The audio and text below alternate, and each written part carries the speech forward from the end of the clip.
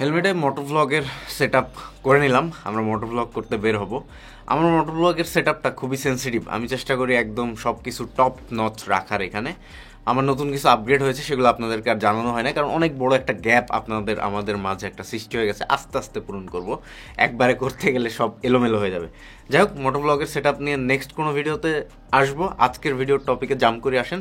আসসালামু আলাইকুম everyone, welcome to next gear. যেহেতু আমার নতুন বাইকের রেজিস্ট্রেশন হয়েছে, আমি বিআরটিএতে যাব আমার বাইকের নাম্বার টানতে। 250 থেকে 375 সিসি পর্যন্ত বাইকের রেজিস্ট্রেশনের ফি কেমন হইতে পারে সেটা সম্পর্কে একটা ধারণা আনার চেষ্টা করব। সো বিআরটিএতে যাচ্ছি, পরিচিত অনেক ঊর্ধ্বতন কর্মকর্তা আছে, চেষ্টা করব আপনাদেরকে হালকা কিছু হইলেও একটা ছোট্ট তথ্য দেওয়ার।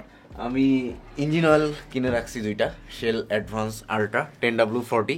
আমার সিবিআরে এবং টারোতে দুইটাতেই চেঞ্জ করতে হবে, বাট টারোতে আপাতত করবো না, কারণ টারোর অবস্থা খুবই খারাপ। ওটার গুরুতর সার্ভিস দেওয়া দরকার, গুরুতর। দেখাবো, ওইটাও দেখাবো কী অবস্থা আছে। আর সিবিআরে তো 10W30 দেওয়ার কথা, but shell advance ultra 10W40 কেন আমি দিচ্ছি আমার সিবিআরে, সেটাও আজকে শেয়ার করবো। চলেন। Welcome to moto vlog.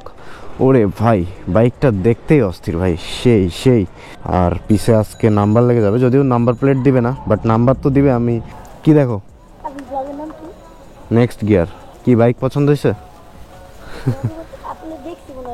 দেখছো? সো ইঞ্জিন অয়েলটা আগে চেঞ্জ করব নাকি আগে বিআরটিএতে যাব? অবশ্য এখনো সময় আছে হাতে। সো ইঞ্জিন অয়েলটা আগে চেঞ্জ করে নেই, তারপরে বিআরটিএতে যাব। সিবিআরে তো গ্রেড হচ্ছে 10W30, তাহলে আমি কেন এটা ইউজ করব? তো সিবিআরের গ্রেড 1030 হওয়া সত্ত্বেও আমি এটা ইউজ করার প্রথম এবং প্রধান কারণ হচ্ছে এটা ভাই প্রিমিয়াম ইঞ্জিন অয়েল। শেলের 10W30ও আছে ফুল সিনথেটিক, বাট ওইটা আল্ট্রা না, এটা হচ্ছে আল্ট্রা, মানে সবচেয়ে প্রিমিয়াম ইঞ্জিন অয়েল শেলের এটা। এই কারণে আমি এটা ইউজ করে বেশি মজা পাই। এটার প্রাইসটাও কিন্তু একটু বেশি, মানে আপনি একই চালাইতে পারবেন, বাট একটা প্রিমিয়াম ভাব আছে না, এটার ভিতরে ওই প্রিমিয়াম ভাবটা আছে। এটা হচ্ছে স্মুথনেসের রাজা ভাই।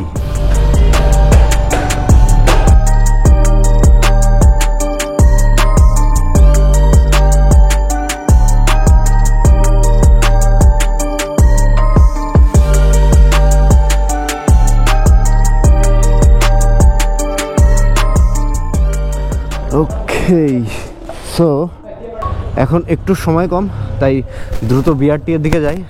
ইঞ্জিন অয়েল প্রথমে আপনি যখন চেঞ্জ করবেন, যে ইঞ্জিন অয়েলই চেঞ্জ করেন না কেন, প্রথমে খুব একটা ভালো শান্তি দিবে আপনাকে। যাই হোক, চলেন, বিআরটিএর কাছাকাছি চলে এসেছি। বিআরটিএতে আগে ঢুকি, তারপরে দেখি নতুন কোন কোন নিউজ আপনাদেরকে আমি দিতে পারি। ও রে ভাই, বিআরটিএর কি সিরিয়াল! হ্যাঁ, ও রেঞ্জ রোভার ভাই, কি সিরিয়াল! 1 কিলোমিটার পর্যন্ত এই সিরিয়াল আমি দেখছি যাইতে। সো আমি কোন দিক দিয়ে ঢুকবো? বাইক নিয়ে কি ঢুকতে পারবো? প্রবেশ নিষেধ। আসার সাথে সাথে দালাল ধরে বসছে। নাম্বার প্লেট না, নাম্বার নিব না, আগে ফিঙ্গার দেওয়া লাগবে, পরে নাম্বার প্লেট। দুইটা কাজই অ্যাপয়েন্টমেন্ট ছাড়া করা যায়।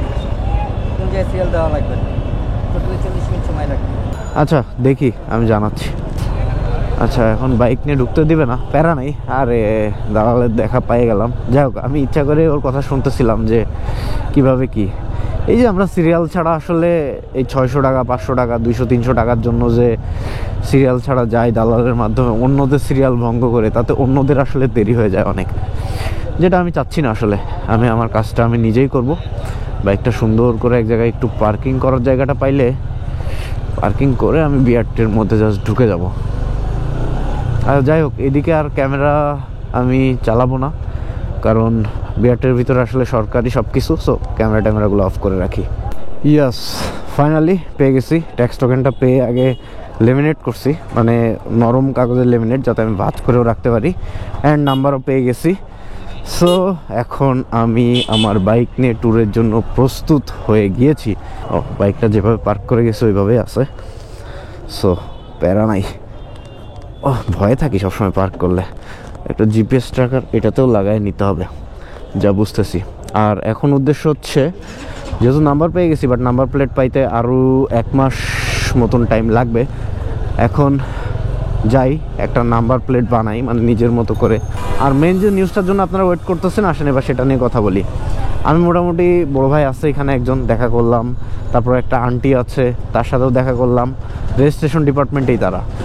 তো যেটা নিউজ শুনতেছি সেটা হচ্ছে আপাতত এটা নিয়ে এখনও কথা চলতেছে। আসলে এখন আমার টাকা লাগছে হচ্ছে 14 থেকে 15,000 টাকা মতন। ধরেন এই হাবিজাবি শোরুমে দিলে একটু বেশি টাকা লাগে, নিজে করলে একটু কম লাগে, 14 থেকে 15 লাগে এখন 2 বছরের রেজিস্ট্রেশন ফুল কমপ্লিট করার জন্য। বাট আপনার 250 থেকে 375 সিসি পর্যন্ত শোনা যাচ্ছে যে এটা 20,000-এর উপরে হবে 2 বছরের জন্য। 20,000-এর উপরে 25 পর্যন্ত যেতে পারে। 20 থেকে 25 এর মধ্যে একটা থাকার সম্ভাবনা আছে। ডোন্ট গেট মি রং, এটা আসলে জাস্ট একটা, যেহেতু একদম কোনো কিছু পাস হয় নাই বা কোনো নোটিশ আসে নাই, তাই এক্স্যাক্ট করে বলা সম্ভব না। বাট যে আলোচনাটা হচ্ছে বা যেটা হতে পারে সেটা সম্পর্কে একটা ধারণা জাস্ট আপনাদেরকে আমি দিচ্ছি। অ্যান্ড এটা 90% মোটামুটি শিওর থাকেন যে 25,000-এর খুব আশেপাশে হবে, যেটা আমার কাছে মনে হয় যে মোটামুটি ওকে আছে। বাট তা বাদেও আমরা কিন্তু ভ্যাট ট্যাক্স আরও আগে থেকে অনেক দিয়ে আসতেছি, তারপর আবার রেজিস্ট্রেশনের জন্য এক্সট্রা টাকা। এটা না বাড়ালে সবচেয়ে বেটার হইতো, মানে বেটারের তো শেষ নেই। বাট তারপরে সরকারের প্রচুর রাজস্ব দরকার। আমরা জানেন যে আউট অফ মানিতে চলে গেছি প্রায়, মানে আমাদের ডলার রেটের অবস্থা খুব খারাপ। সো প্রচুর পরিমাণে রাজস্ব দরকার সরকারের, এবং বাইরে এক্সপোর্ট ইম্পোর্ট সব কিছু মিলায় মানে খুব খারাপ অবস্থা, দেশের টাকা পয়সার অবস্থা অনেক খারাপ। এই জন্য এখন মেনে নিতে হবে, আপনাকে প্রচুর পরিমাণে রাজস্ব দিতে হবে। যারা ভ্যাট ট্যাক্স দেন না ভাই, নিয়মিত দেন, দেশটা এগিয়ে যাক, এটাই কামনা। এখন আর কি করা, আমাদের হাতে আসলে যতটুকু আছে ততটুকুই আমরা করে থাকি বা চেষ্টা করি, দ্যাটস ইট। সব কাজ করার জন্য 10 নম্বরে আসতে হয়, আর 10 নম্বর বাইক মার্কেটটা একটু বেশি গ্যাদারিং হয়ে গেছে, মানে অতিরিক্ত ভিড়। এই কারণে আমি এখন এটা অ্যাভয়েড করি, একটু ফাঁকা এরিয়াগুলোতেই যাই। সো আমি এই গলিটাতে যাই। আর এই ভিড় রে ভাই, মেজাজ গরম। যাই হোক, সবাই ভালো থাকেন, সুস্থ থাকেন, আল্লাহ হাফেজ অ্যান্ড আসসালামু আলাইকুম। আজকের মতো বিদায় নিয়ে নেই। এই ভিড়ের ভিতরে আর কিছু দেখানোর নাই, জাস্ট আমি আমার নাম্বার প্লেটটাকে বানাইতে দিয়ে দিই। পেঁচানো লেখার ভিতরে কোনোটা নাই। হ্যাঁ, লেখাটা পেঁচানো হবে অনেক। ওইটা কত টাকা লাগবে ভাই?